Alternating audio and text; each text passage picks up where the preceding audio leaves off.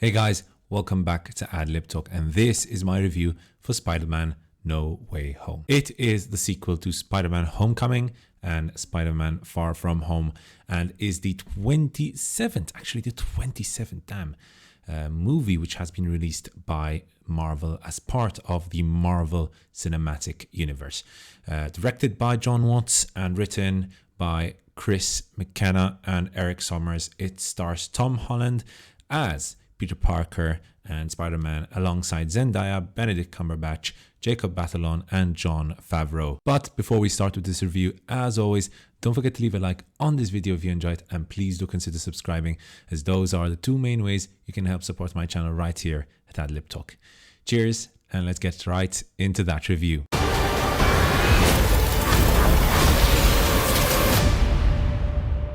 So, Quentin Beck, also known as Mysterio, has just framed Peter Parker for murder and has identified him as Spider-Man.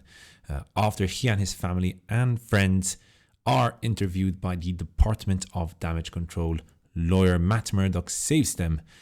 However, they still receive a lot of negative press attention. Parker, MJ, and Ned's inability to enter MIT is kind of what motivates Parker to go speak to Doctor Strange to ask him to make people forget that he was Spider-Man.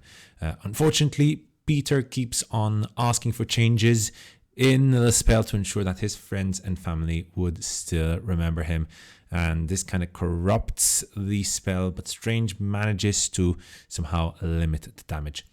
This leads, however, still to the introduction of the multiverse, and I will stop there, as pretty much anything else I say after that will be entering seriously into spoiler territory. Now, naturally, I cannot make this review without some slight spoilers here and there, but nothing too major. Everything basically you've seen in the trailers I will mention. Anything after that I will not. So if you haven't watched it, don't worry, you're safe in this review. So let me kind of get this out of the way. I know a lot of people kind of not really enjoy this review. If you're here to hear me praise this movie as if it's the best Marvel movie of all time, you're kind of in the wrong place. Is this the best Marvel movie of all time? In my opinion, not even close. Is this the best Spider-Man movie of all time? Not at all. Is it the best when compared to the Tom Holland trilogy? I kind of enjoyed the first two quite a bit, especially Homecoming. So it's hard to say. So what do I think about Spider-Man No Way Home? I think it is a bloated mess of a movie that has heart, due mainly to Tom Holland and Zendaya, and has some pretty great villains, but has far too much going on for it to make much sense. Now let's dive straight into those details. I loved Tom Holland in this. He definitely looks the part, as he always does. Spider-Man is meant to be young, and damn does Tom Holland look young. He has of course grown and is now kind of super buff, so it is a little funny still treating him as a kid, but it's just something you kind of have to accept and get over in this movie. However, I thought that the performance itself was quite good. Peter goes through some pretty difficult moments and experiences devastating loss in this movie, whilst also learning some very important lessons and growing up, and Holland portrays all of this excellently. Zendaya really does not have much to do in this movie, which is unfortunate for such a talented actress, but in the movie's final scenes she really does some amazing moments. The cafeteria scene, you'll know if you've watched it, and her scene with Ned and Spidey right before a particularly important plot point near the end of this movie are two of those moments which truly showcase Zendaya's talent. Now, continuing on about emotional resonance, we have to talk about Aunt May.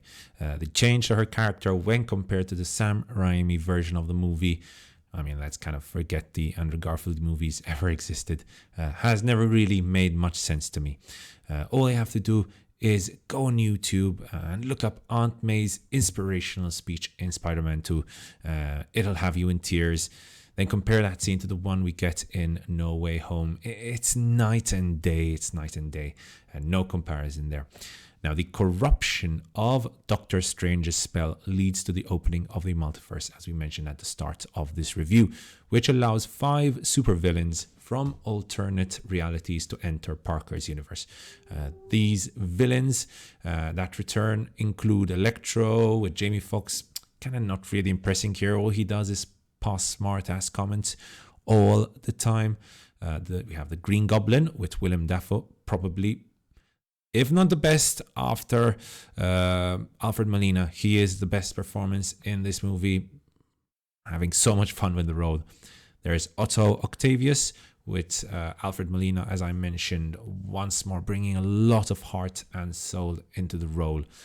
We also have the Lizard and Sandman as kind of like smaller villains in this movie, as if 3 super villains were not enough. Now, this naturally leads to a very, very bloated movie, which far too much going on.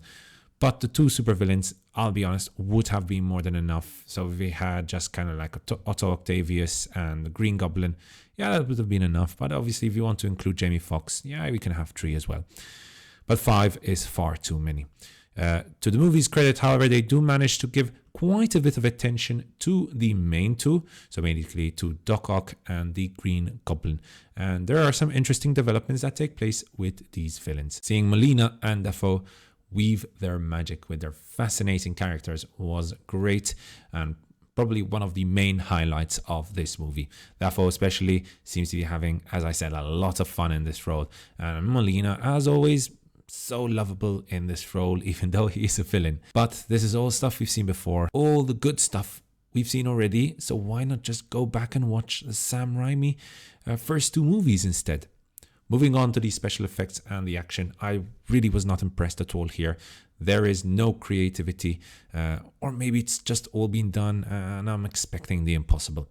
This is not to say I disliked it. The special effects are obviously pretty good with Marvel and Disney's big budget, but let's be honest, nothing here is groundbreaking, nothing here really changes the game. The action is nothing special. I hate to have to spend half the review kind of like referring back to Spider-Man 2, but think about the train scene, for example. Was there a moment in this movie that was as powerful and exciting as that scene? I can't think of any. Now, to talk about the final third of the movie, which is kind of like this movie's saving grace apart from the villains. The movie has a fantastic final third, one I cannot talk about in detail due to spoilers, but it really works well and hits a lot of positives, especially on the emotional level, as well as on the nostalgia level. However, as I was watching the movie, I felt like it was a little sad that the movie had to depend on nostalgia to save it from being a dull slog. Is there really no creativity out there? There obviously is, because Loki and WandaVision were 2 fantastic and innovative series that offered fresh creative ideas. Listen, I don't want to sound like I hated No Way Home. That an incredible, powerful and emotional final third. One that I really, really enjoyed, and it has some great villains included. However, this is a case where maybe it's probably my fault that I overhyped the movie far too much and expected way, way, way too much than I actually got. Marvel has really upped the level for superhero movies. Unfortunately, in my opinion, No Way Home has not even come close to reaching the very best of Marvel. It is a fun, entertaining movie that offers a lot of nostalgia. So if you love that kind of thing, you will obviously enjoy it. But for me, my rating for Spider-Man No Way Home is a 3 out of 5. Thanks so much for watching, guys. I hope you enjoyed that review. If you did, don't forget to leave a like on this video and please do consider subscribing. Cheers, and I'll see you guys next time right here on Adlib Talk.